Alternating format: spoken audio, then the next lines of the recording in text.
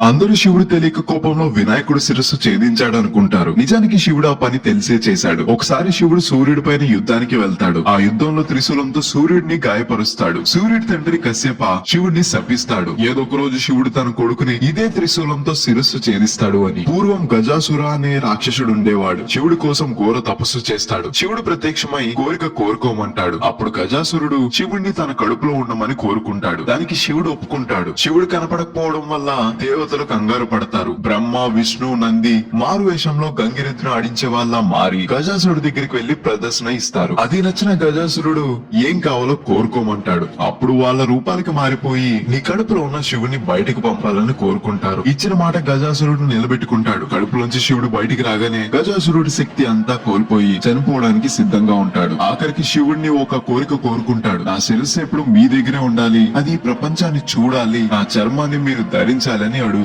శివుడు గజాసురుడికి మాట ఇస్తాడు. కైలాసంలో పార్వతీదేవి మహావినాయకుడి శక్తిని సున్ని పిండిలోకి పంపి వినాయకుడిని తయారు చేస్తుంది. తర్వాత శివుడిని వినాయకుడు లోపలికి వెళ్లకుండా ఆపుతాడు. శివుడి శాపాన్ని పోగొట్టుకునేందుకు వినాయకుడి శిరస్సు ఛేదిస్తాడు. తర్వాత గజాసురుడికి ఇచ్చిన మాట కోసం ఆ శిరస్సును వినాయకుడికి పెడతాడు.